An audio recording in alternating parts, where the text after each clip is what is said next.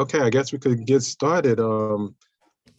Thanks for everybody who's joining in. I apologize for my camera being off. I don't think I have the strong reception that I thought I had, so I'm just gonna do it without the camera on, which is not really good for me, but I will definitely make sure the teacher talk will run smooth and everyone will have their question asked. And I'll give a little bit of a background of Professor Hobson, and I was one of her former students as well. um, Professor Hobson works with clients that deals with suicide prevention and action. She has a LCSW with an R. I will ask more about what the R stands for momentarily. And she has a very good, strong, rich background in social work. So Professor Hobson, is that correct? Is that accurate, or you want to go even further? Yeah, thank you, Tyrone. Again, thank you for hosting and thank you for moderating today, Tyrone. He is one of my former students, so it's always cool to hear from former students. So I've been a social worker for 13 years now. My first job right out of social work school, I worked in child welfare in the South Bronx for 1 year. And my next position after that, I worked at Harlem Hospital in their palliative care department, which started me on my journey in my current specialty, which is death and dying and grief and loss. I worked at Harlem Hospital for 3 years. After that, after I moved to the suburbs with my family, I transitioned to a small community-based healthcare organization where I ran their bereavement department for their hospice program. That small community-based program eventually got purchased by Northwell. So for a number of years, I worked for Northwell Health as a hospice therapist and running their bereavement program. Only recently have I been fully employed, fully self-employed with a private practice since last June. I've had a small private practice for a number of years, which included just a couple of patients here or there as I was able to fit them in between teaching and kids and my full-time job. And then last June, I took the plunge and decided to focus full-time on my private practice. And so that's been about a year. I will say that I've wanted a private practice, or hope to set up a private practice for 7 years. That's how long it took me. So when I was in graduate school, the idea was I'm going to get my LCSW and then I'm immediately going to go into private practice. I had my LCSW for about 7 years before I was really able to set up my life to where that was going to be the transition that would work for me. And that's what brings me here today. And I've been very fortunate to teach a number of courses here at Fordham. I teach the suicide assessment class. I've taught one of our childhood trauma classes. I've taught grief and loss and death and dying and a number of other classes, advanced generalist practice. So it's good to see students back from all of my different classes over the years. That is a very excellent background, excellent resume on your work with social work. And I have some questions if you don't mind me asking. Please, yeah. My question towards you is, what are the advantages of being self-employed working with clients in the social work profession? Perfect. So I think that's a great place to start. You're all clearly here today on your lunch hour because part of you, there's been a thought in your mind that private practice might be the direction or route for you someday. I think private practice, for me, what really persuaded me to make it full-time is the flexibility that it's given me to be involved. Oh, I apologize. To be involved in my children and family's life while still maintaining that professional aspect. So my private practice is very flexible. It's a completely virtual practice right now. And I see clients, I'm able to schedule clients as I'm able. I fit it around my kids' activities. I set my hours, which is amazing. And I make it work for me. I'm at that position in my life where I'm able to use private practice as a way to continue being involved in social work while simultaneously being involved in my kids' life. I have 2 kids, they're 10 and 8, Nick and Jacob. And so really ideally the private practice is very flexible for me.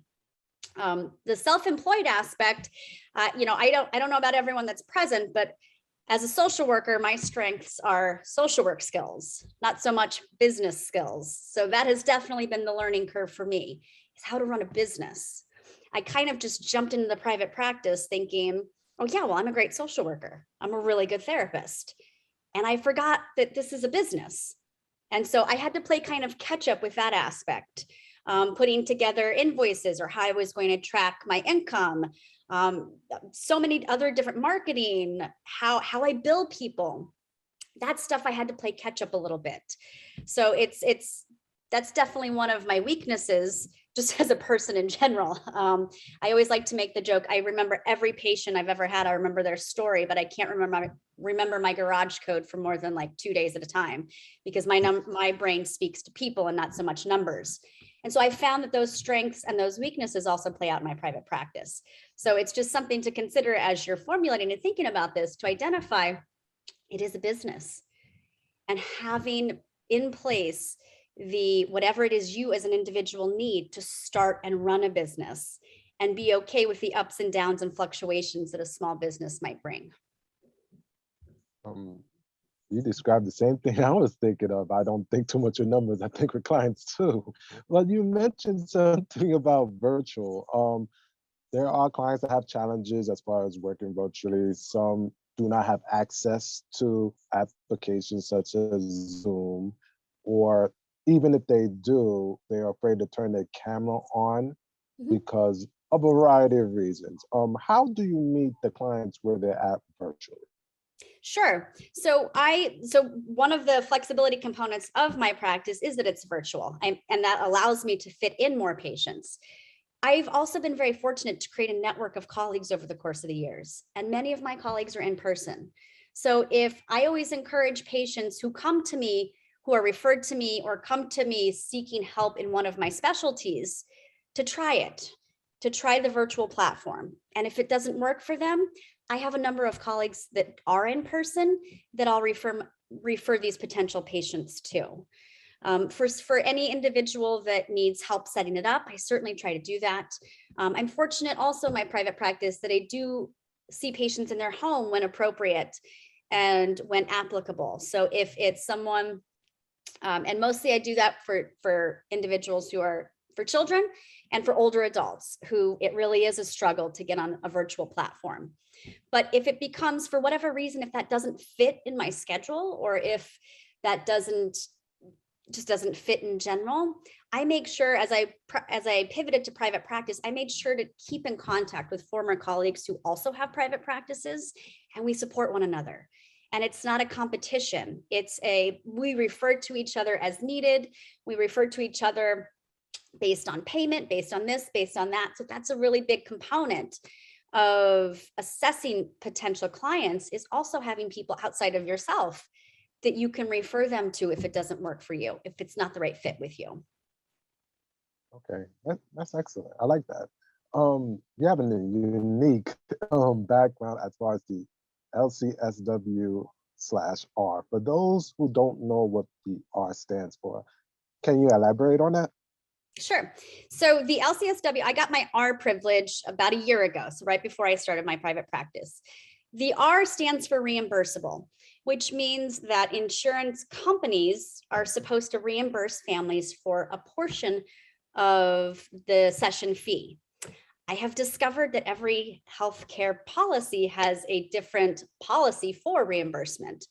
So that R isn't necessarily a blanket, but it should mean that your patients, it should be easier for your patients to get reimbursed for sessions that you as a therapist are providing. Okay. And I should say, it's also not extra, well, it's time. So your LCSW, you can take your LCSW test 3 years post-master's degree. So 3 years of clinical work. It's another 3 years to get your R privilege, just to give some kind of bandwidth or some kind of framework. I did not know. Thanks for informing me on the R. It's total about 6 years. Yes. Okay. And something to keep in mind is to have a private practice, you don't need the R. You can be an LCSW. That is what is required for New York State social workers to operate a private practice. Okay, that makes sense. Oh, someone in the comments section mentioned, so it's not 2 years, it's 3 years to get your LCSW. So what you'll want to, and mind you, I got my LCSW about 7 years ago, but there's two components to your C, to the privilege that you're looking for, the C. It's hours worked and supervision hours. So oftentimes clinicians will reach one in a shorter time frame than the other.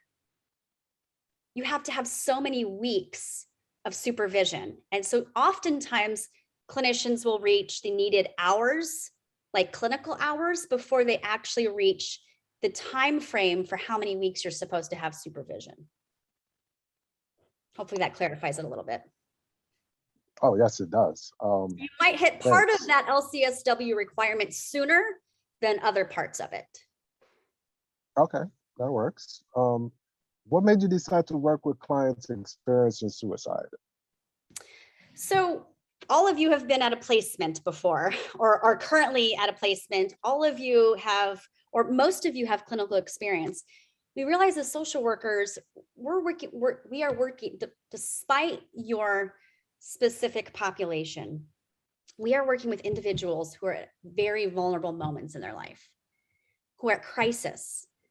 And those two issues for any person, regardless of what specialty, can create suicidality in patients. So it's not, oftentimes people say, well, like Tyrone asked, like, how did you, for me, a lot of my patients are either terminally ill or have lost someone close to them, such as a spouse, a child, a parent, a sibling.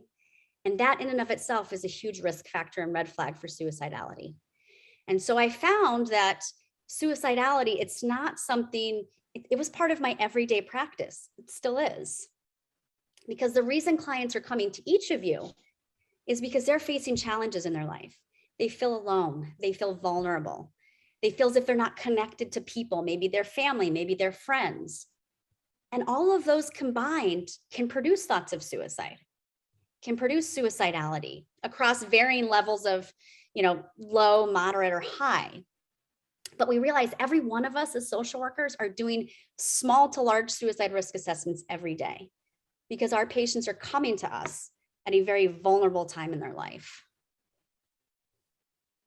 And that includes various types of trauma, multiple cases of trauma, such as losing a family member. And I remember you mentioned a couple of years ago about paraphrasing, such as with children who feel guilty. I'm not certain, but let's say they lost a family member to a fire or whatever the case.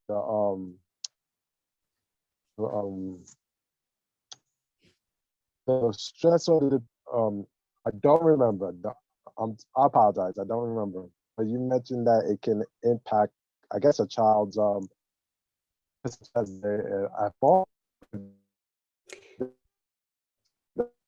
I apologize. You're cutting out, Tyrone. I don't know if that's for everyone or just me.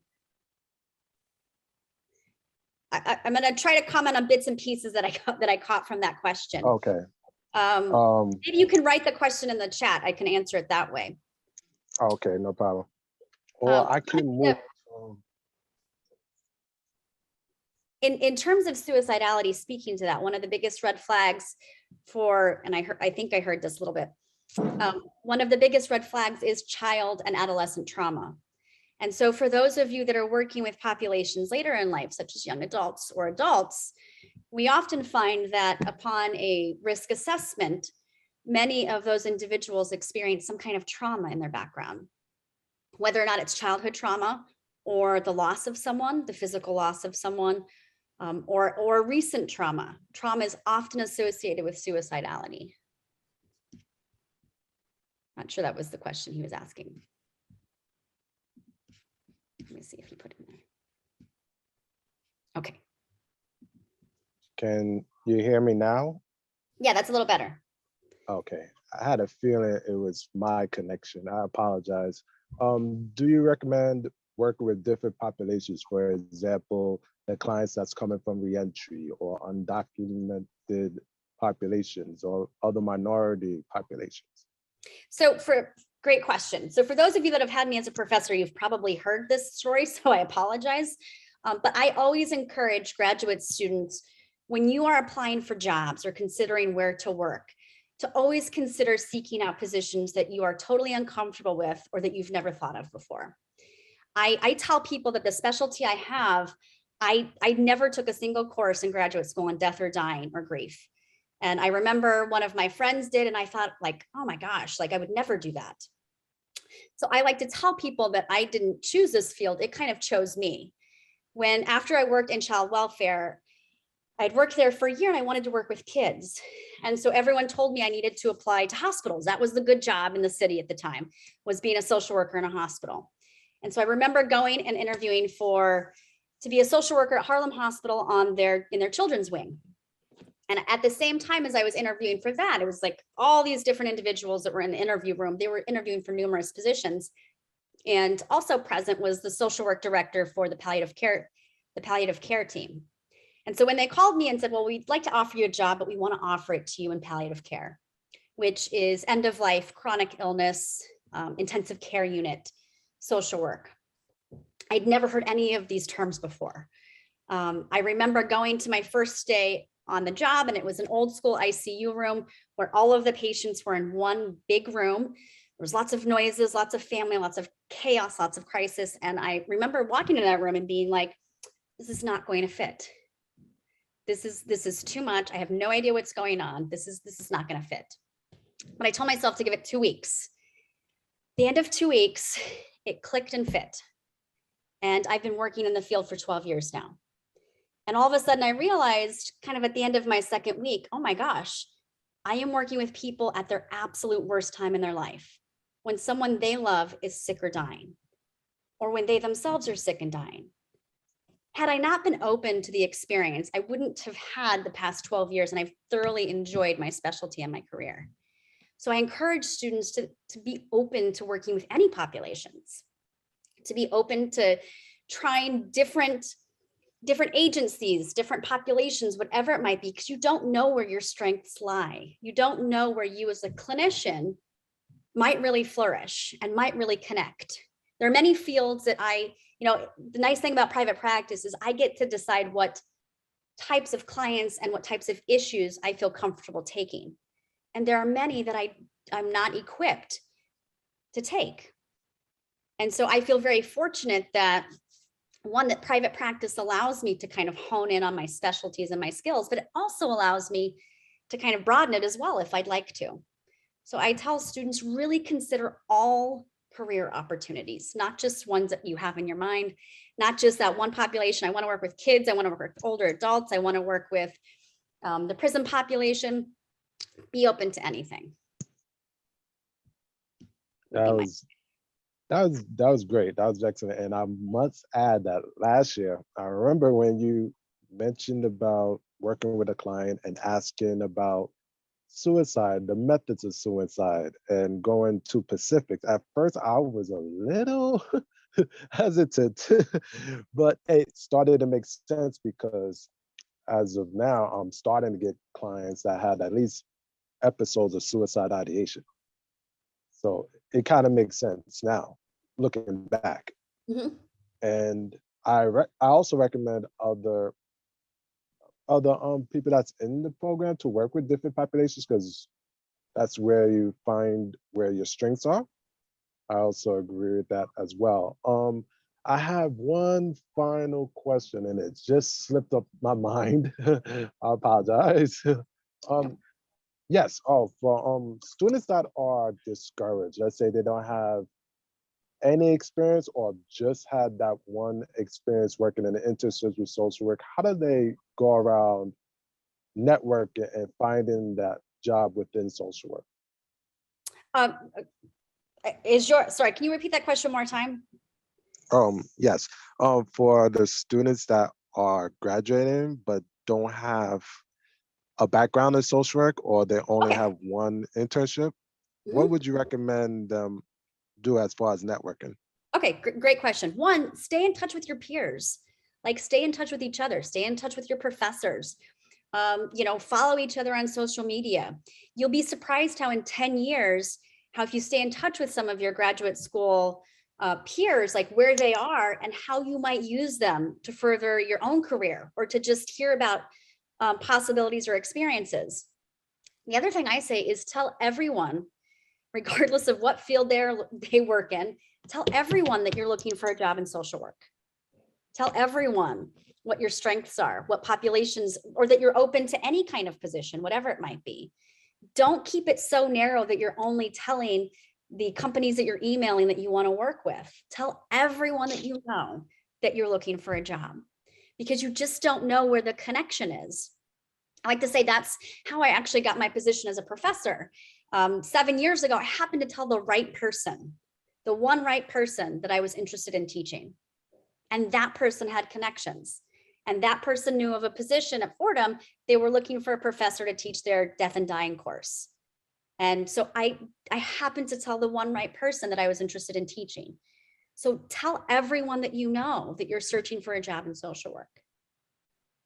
You know, I was always a fan of, to get my job, my second job, when I transitioned to the suburbs, I just cold called places. I called up HR departments and I said, I'm looking for a position in this. Sometimes they post it online and sometimes they don't.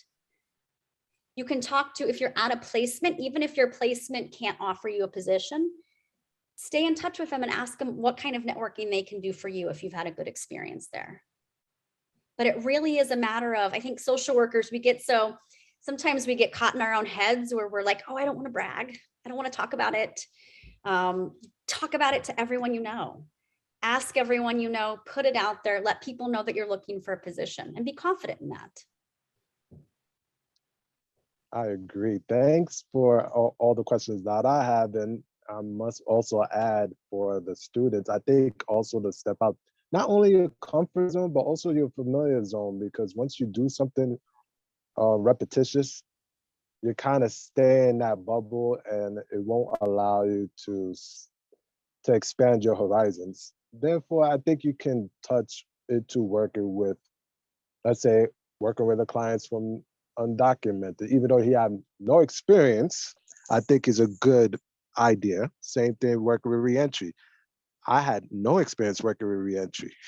Majority of my background was working with children, but I decided, let me give it a shot. And I learned so much, even though their challenges are a lot different, but I enjoyed my years working with reentry. So I guess working towards different type of populations definitely works well, and it looks better on your resume as well. Questions from everyone else? This is your floor.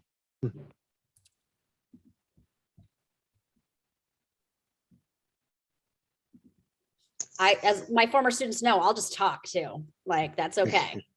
But questions are better. Frank, hello, Frank. Nice to see you again. Hey, Professor. Okay, so I guess my question, it's about like setting up a private practice and determining at first, like how you know that you can work with this person, right? Because if you enter a relationship with this person, it's therapeutic, right? You want to be there for them. You want to you want this to be a long-term fit, right? Or at least that's the hope. So I guess how do you balance that idea of like starting on a private practice and I'll just take anyone just that I have this private practice versus like that slower fit or that slower like adjustment and moving into that process more slowly, like you kind of described? Sure. So as part of my private practice, I always do an initial like free consultation with the patient. And the first step, the first buy-in that I have to have is that the patient picks me. So I tell every patient, interview as many therapists as you need. It's just like finding a primary care physician. We don't have to go with the first primary care physician that we see. You have to find one that you're comfortable with and you fit with. So I tell patients, they kind of have to choose me after they meet me. And they have to decide if my style's their right fit. And so after that, then I actually take it back a notch. I try not to think like I have to be their long-term therapist. I try to think I have to be their person in this moment. And is it appropriate for this moment? Am I providing a safe, non-judgmental space for them right now? And if I can do that right now, and I feel confident in my skill set to do so, then I'll take them on as a patient. There are definitely times when I've gone down a therapeutic road with someone and I've had to discuss with them, I'm not sure my skill set suits you any longer. Or I'm not sure I'm getting you to where you need to go. And that might be an opportunity that might be just a learning opportunity for me and the patient in general. And that might allow a discussion that actually helps us move in the direction that we need to. But it's also okay to acknowledge when, this therapeutic connection may no longer work anymore. So I really tried to keep it as, okay, from session to session. And that's what I tell my patients. From session to session, we're creating a bond, we're creating a connection, and we review it every session. Not outwardly so much as just me recognizing, okay, this is continuing to move well for both of us. Hopefully that answers your question. I have a question, not me, but Annie has a question. Amy, sorry. And this is a good question too. She mentioned, I would love to hear more about that 7-year journey to start in your private practice. Are there things you might have done differently to get it started in less time than that? Or do you feel as though 7 years is just about how long it takes? Okay, great question. So there are practicalities for starting a private practice. One of my biggest, so many years ago, I started just taking a couple clients here and there, one to see if I even liked it. For 20 years, I've been working in a practice where I have colleagues and I have a supervisor, where if I feel like I've messed up or if I feel like I need advice, I go to my supervisor or the director, where there's like a chain where I can go to make sure that I've done things clinically okay. So I started out with just a couple clients at a time, ones that I really knew I'd feel comfortable given what they were searching out for therapy for, that I knew I'd feel comfortable doing that, to even see if that was a format I wanted, to be out on my own doing that without kind of oversight really.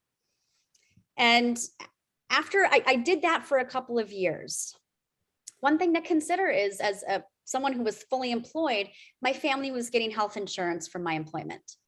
And so that was a real consideration as I decided, do I stay at my full-time job and continue to provide benefits for my family? Or are we able to both financially, emotionally, as a family, able to transition to a different arrangement? And so that's part of the reason why it took a little bit. Getting my kids to an age where they weren't going to the doctor every 2 weeks. Getting my, so just getting to a place in life where I felt that was okay for me to leave that and go to a more independent platform. I also think for me with that time, I was also able to become more confident in, I was a therapist that could do this on my own, that I didn't need a supervisor. Now, with that said, I have my own therapist, and I tell all my students, you should get your own therapist if you don't have one. I have my own therapist. My colleagues and my former colleagues and I, we try to get together for peer supervision once every other month to make sure that we are brainstorming or supporting one another for those of us that are in private practice. So at the time, I felt like it needed to go faster. I felt like I needed to get to private practice faster. But in hindsight, I think it was good for me personally, to one, see if it could fit, if it was a good fit for me, and to decide when it was a good fit for my family. And that happened to be about a year ago. Okay. I have another question. It's from Liz, and this is one of my favorite questions. This is about salary. Okay. Oh gosh. All right. Working with a diverse population is fine, whether clinics or hospitals. However, income is also top of mind, and rightfully so. Are they expecting to pay people $40,000 or $50,000 a year with a master's degree in social work and loans, if it's possible to earn more than $50K after graduating? So unfortunately, entry-level social work jobs leave something to be desired in terms of what we are getting paid. It is, my honest answer to that is, it depends on what field you go into. I often tell people, if you are looking for a higher income, nursing homes actually have the highest income for social work students because they need help. And I remember when I was looking for jobs right out of graduate school, I got offered one at a nursing home and they paid $25,000 more. than the job that I ended up taking. You yourself have to decide what you personally need from a job for yourself and your family. If you're in a position where you can take a job that pays less, but the experience is great, you need to take that into consideration. If you're in a position where that's not possible, then I encourage those students not to settle. You know, if you have the bandwidth to wait and find a position that pays more, then I encourage students to do that. Unfortunately, there is a couple years where it feels very tough, where it feels tough financially, where it feels like you're really trying, the salary is very stretched. In terms of student loans, I know there are programs where you can get reduced. I did them for years, reduced monthly payments based on your income. I always encourage students to do that if they need to. And to begin, if you are looking to as private practice as the end goal, or even if it's not private practice, just your LCSW, which a lot of very well-paid positions require, start that process immediately when you get your job. Let your supervisor know, I'm looking to get my clinical hours and I'd like to start accumulating those immediately. Let me see. Ricardo mentioned, and this is his question, I am probably way off, but I have associated private practice with more affluent clients. Can you speak to that? How can one practice privately while holding true the social work values of support those who are marginalized and oppressed? I mean, that's a great question, and something that, depending on what you're looking to get out of your career, you need to consider as you go into private practice. I am a private practitioner in Westchester, New York. So yes, many of my clients can afford therapy. As a social worker, I've also dedicated the last 15 years of my life providing free or very reduced fee therapy to a lot of varying populations and at-need populations. And I recognize as a social worker, I'm now at a time where I'm running a business. And so I have to try to balance understanding that I'm serving people in a way that I am able to do. We want to serve those very vulnerable populations. But even though my clients can a good portion of my clients can afford therapy, they're also very vulnerable too in different ways. You know, I'm very fortunate that I get to work with a variety of different issues, substance abuse issues. I get to work with teenagers who have incredible anxiety and depression post-COVID. I work with children who've lost parents. I work with adults who've lost children to overdoses and suicides. And so I try to remind myself that I am running a business. And I'd like to think that I'm really good at my job too. And with that comes a fee.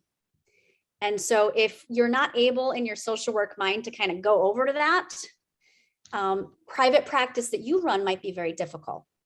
Now, where a lot of social workers find themselves better suited is finding a group practice or a large private practice that's already established that may have a lot more at their disposal than my little solo private practice has, to where they can bill insurances and get rates that I can't offer, unfortunately. And so it is something that you have to consider as you go into private practice. You know, what will be my sliding scale? How many of those patients can I have? And what am I worth as a social worker? And I think sometimes we underplay what we're worth as social workers. I have 12 years of experience now, and I remember when I was trying to decide my session fee, my husband's in business. So my initial thought for my session fee, my husband was like, that's all you value yourself as? And it's a good point of reference for us as social workers. We are worth a lot. And we should ask of that if this is our business. Okay. I have a question from Zach Flynn. How does one decide their pricing with private practice? Okay, can you say that again? Sorry. How does one decide their pricing with private practice? So, hi, Zach. Zach is in my class. I think for me, it was based on, I was definitely able to start with a lower price point right away because I was still supplementing it with my full-time job. And I thought that's what, at that stage in my private practice, I was going by experience as well. So initially, I definitely started at a much lower price point as I was trying to get a few clients, as I was trying to get experience, as I was trying to get my name out there. And I still have my full-time job. So it's something to consider if you're doing it on top of a job where you can put that price point. And then as I've morphed it into my full-time job, I certainly, my rate has gone up. I do, like I mentioned before, I do have a part of my practice that I reserve for sliding fee scale patients, for those patients who can't afford a full priced session, but who I feel I can help, who I feel I'm a good fit for, and who that patient feels I'm a good fit for. And I think that's oftentimes what many social workers do, is they leave a portion of their practice for sliding fee scale patients that they feel connected to or that they feel they can help, and then subsidize that with patients that pay full session price. Hopefully that makes sense. I just saw an interesting question somewhere. Kaylin Frias asked, where did you learn the business part of preparing for a private practice? I don't know if I've learned that yet.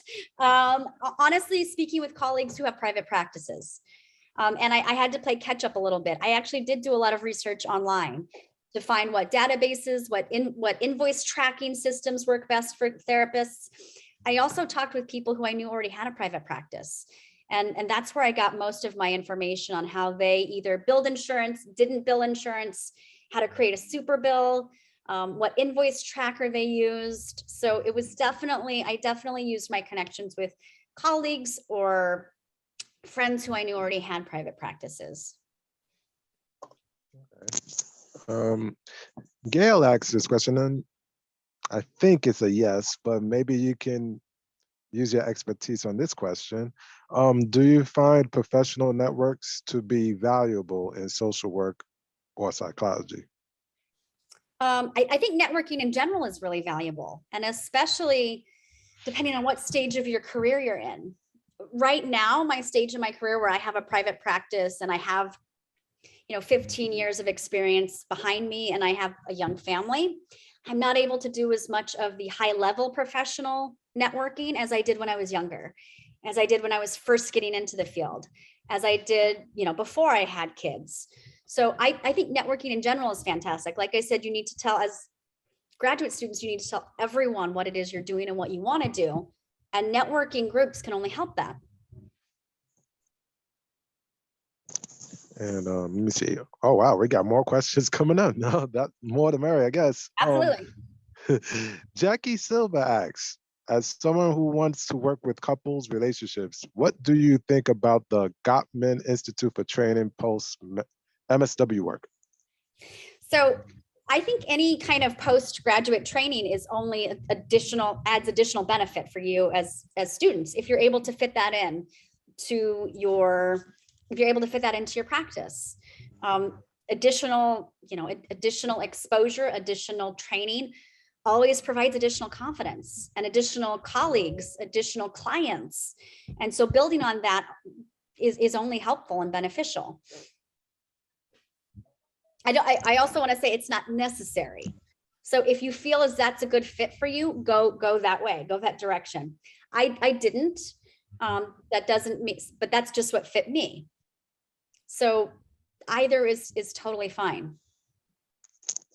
Okay, here's one from Carrie Weaver. Would you recommend volunteering in palliative care prior to applying for a job? So actually, I think volunteering, one in palliative care, yes, certainly. If you know what specialty you want to work in, volunteering is great because it kind of gets your name out there. You get to meet people, you get to understand how a program works. So it's kind of a great bridge to a possible position if you're looking to become employed. Volunteering is also a great way to stay connected to populations that you may not be able to serve in a private practice. So the question previously was, how do you stay connected to the commitment, the original roots of social work? Volunteering is one of those ways. You know, I do a number of volunteering, or I volunteer for a number of organizations in my hometown. And that helps me feel connected to the community in a different way than I'm able to do in my private practice right now. So that's a great avenue for individuals who may have a private practice, but also still want to give to a population that maybe they're not able to serve in that private practice. Okay. I have a question with Laura Chavez. How do you get clients to begin with, and now do you advertise? Is it only referral based? So right now so one of the biggest databases to advertise yourself as a therapist is Psychology Today. That is probably the most used website for whether you yourself have used it to find your own therapist or a therapist for one of your clients. That's the database that has the most extensive list of therapists in the area. So my profile is up on that. I will occasionally get clients from Psychology Today, which is basically someone seeing my profile who I've never met before, who's never known me before, wasn't given my name, and they kind of cold call or cold email me. Most of my patients that I get are referral based. Either former patients that I had years ago who've come back to my private practice, or former patients I've had that have given my name to their family and friends. I will say when I transitioned to a full-time private practice, I reached out to former clients and I said, if you feel as if I was helpful or I was helpful on your journey, I'm starting a private practice, I would love it if you could refer friends or family to me if you feel that might be appropriate. And I got quite a few responses to that. So that was how I initially built my private practice, was reaching out to former patients. In my setting, it was appropriate. In some settings, it's not, because I was doing grief and illness and death and dying in a hospice setting. That's not always appropriate if you're working in, psychiatric care, or if you're working in certain fields, that's not appropriate. In mine, it was. So I was able to connect with them and kind of build that bridge to a private practice. Okay. I have a question for Laura Santipane, and this is an interesting question because I'm looking towards clinical myself. Okay. How did you go about getting those clinical hours? Since you knew it was something you wanted to go for, did you inquire about supervision during job interviews to ensure there was an employee who could or would provide that supervision? 100%. So that's something I would absolutely encourage. And for those of you that have been in my class, that I tell students, if you're looking to get your clinical hours, it should absolutely be part of the interview discussion, that you make that expectation known to whoever you're interviewing with, and that you want clinical supervision and what that would look like. So I was fortunate that with my first two jobs, my job in child welfare and my job at Harlem Hospital, I had two supervisors who very readily provided that supervision for me. But yes, I would encourage all of you that are looking for clinical hours to make that known up front and to get a guarantee that you can get that. In order to get your LCSW, you have to be supervised by an LCSW. So it can't be that an LCSW doesn't have to be your direct supervisor, but that's the one that has to sign off on your clinical hours. So make sure that that person is accessible. And I think you need it once a week it comes out to about 3 years. So yes, definitely ask about that in the interview process. And if that's something you want, make sure it's included in your employment package. Okay. Bruce Lockard asks this question about spiritual therapy. With spiritual therapy, is there a specific training or license to acquire this level of treatment? I don't think I'm the person to speak to that. That's probably not, I wouldn't even know how to answer that question. I've worked with chaplains and I've worked with individuals that have gone to divinity school. I couldn't speak to the specific trainings on spiritual therapy. It's certainly something as a social worker in the field that I do that comes up a lot. Spirituality God, etc. But I couldn't answer that one in terms of direct trainings for spiritual therapy. Okay. So a question from Leroy. Okay. Can you explain the palliative care fellow and how it helps the social worker? So for those of you that are thinking about clinical work, there are a number of different fields that offer fellowships post-graduation, which are kind of like paid internships, and many different fields offer them. The field that I have worked in, palliative care, there are a number of palliative care fellowships throughout the New York area. I know that they have fellowships in substance abuse, mental health, etc. So it's kind of like a bridge where it's a training program that you get paid for. And so for many students, it's a good opportunity to get more experience, to get paid, and then to kind of have that be a possible bridge to a job. So that could be for any field, not just palliative care. Fellowships are available in multiple different disciplines. I have one by RuPaul Patel.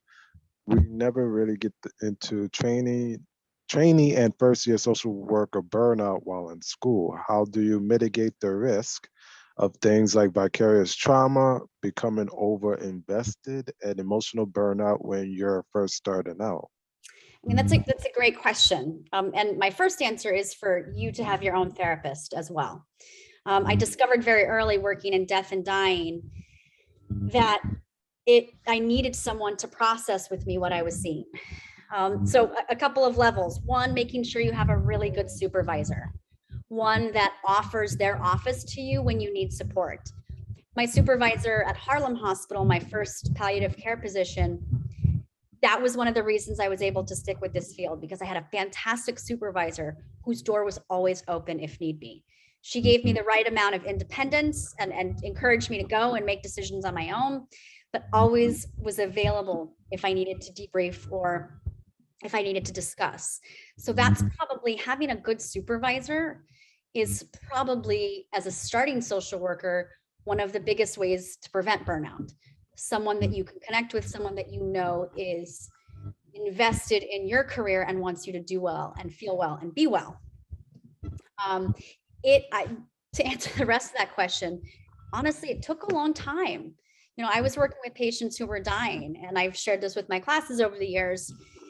Initially, I remember, for me, I've been married for 12 years now, and I remember for some reason when I started working in hospice, one of my triggers was seeing old couples together as one of them were dying and the other one was sitting with them in their 80s and 90s.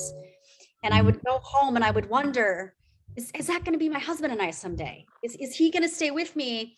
Is he going to be with me when we die? And I started to over dramatize like little things. Like he'd be like, "Oh, can you shut off the lights?" And I'd be like, "That's insignificant in this world. I'm working with dying people." And so it does affect us. We do take it home. And because we're human. And so part of preventing burnout is recognizing I am a human. Even though I'm a social worker, I'm not a superhuman. And so providing yourself with that space to acknowledge how it's affecting you. I definitely found early in my career, when I had patients who had terminal illnesses that were young, sometimes I found myself taking on some of those symptoms. If I had a patient that had a brain tumor, I'd have headaches. If I had a patient that had ALS, I'd find my hand twitching every once in a while. That was my nerves playing into the intensity of the patient that I had. And I'm definitely able to manage it for the last few years, but it's a process of recognizing that you're human, that we hold trauma for patients. We hold their worst experiences, and we can't hold it all without any kind of ciphering. And so you have to have a therapist, you have to have colleagues, you have to have people that you can talk to about these experiences to prevent burnout.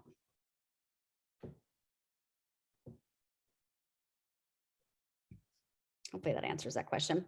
Also, finding the other thing that I always tell students, have hobbies, have personal interests that are beyond your children and your partners. So something that's therapeutic to you. For me, it's cooking and exercising. I love those two things. They are my therapy. And that's where I turn. Often people tell me, oh, it's my kids or my partner. No, those are the people in your life. They can't be the outlet for preventing burnout. You need to have something else to prevent burnout. The people in your life are different. They're a different role. So making sure you have hobbies, passions, interests that you can invest in outside of being a social worker, that kind of helps with anxiety, that reduces, that helps, you feel grounded, that helps you feel as if you're in control, that helps you feel as if you're able to create your environment in the way that you want to. It's a very long-winded answer, by the way.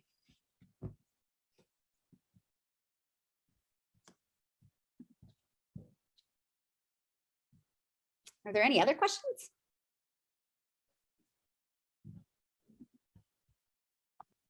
Yeah, it looked like there was one from Zach, and it was, how does one decide whether to take insurance or not? All right, so and that's a great question. And I think it's a very personal question for each individual that is establishing a private practice. I am currently what's called an out-of-network provider. And so I don't bill insurance directly. Now, with that said, I've been very fortunate that I've had a lot of patients from different insurance policies that I've worked with. And I've worked directly with those healthcare policies to get kind of on their, basically their contract. So I've been able to be considered in network for a couple of health insurance policies and out of network for others. Now, out of network, what that means, since I have my R privilege, what that means is patients pay me, and then I give them what's called a super bill. And they take that super bill and they submit it to their insurance, and their insurance reimburses them for the fee. And typically the reimbursement rate is anywhere from 30 to 80%, depending on what kind of mental health benefit they have. Some patients get reimbursed at 100% if they have really good policies, or if they have really good support policies at their jobs. And I think each clinician needs to figure out what works best for them. I've shared, I'm not a numbers person. I'm not a business person. So for me, I thought trying to be on all of these health insurance roles and doing this and that, and this component was too much for me. I wouldn't be able to maintain that long-term. Now I may at some point go that avenue, but right now I felt that as if that was too much for me. Other clinicians jump right into that. I have a colleague who we left our jobs at the same time. And he immediately applied to be on Medicare, Medicaid, United Healthcare. Like, that's what he wanted, and that's what he felt would fit him. So I think it's identifying what would fit each one of you and where your strengths lie on how you're going to be able to make it all work for you. I think we only have time for maybe one or two. I was looking back at the chat, and I think I missed one from Kevin. How much of your time is spent managing the business versus working with clients? So I would say one of the reasons why I did the out of network is because I wanted to have a very small percentage of my time focused on managing the business.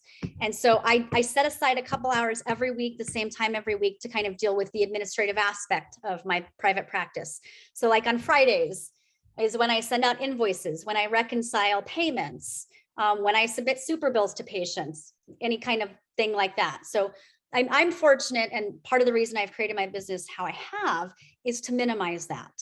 So it depends on how you run your business. For me, I very much focus on patients. Right now I have a caseload. Usually I see anywhere between, depending on kind of what my week allows with my kids and etc., I see anywhere from 15 to 30 patients a week. And businesses fluctuate. So I find there's months when I'm packed, and then there'll be weeks that are so much lighter, as clients have transitioned away from therapy, or as college students go back to school, like they're so invested in therapy over the summer, and they tell me, oh yeah, I'm going to see you every week when I go back to school. And then we don't. So that's part of the private practice, is tracking how your client population kind of ebbs and flows. and how that affects your private practice. If you're looking for a specific amount of income per month. I think one last question. We have Laura. Many of my current colleagues who have their LCSW had to do so outside of their employment. Many paid to receive their supervision. Is this common/standard?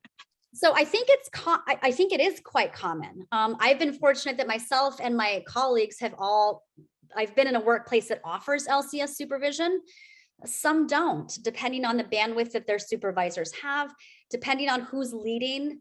Like I said, it has to be from an LCSW.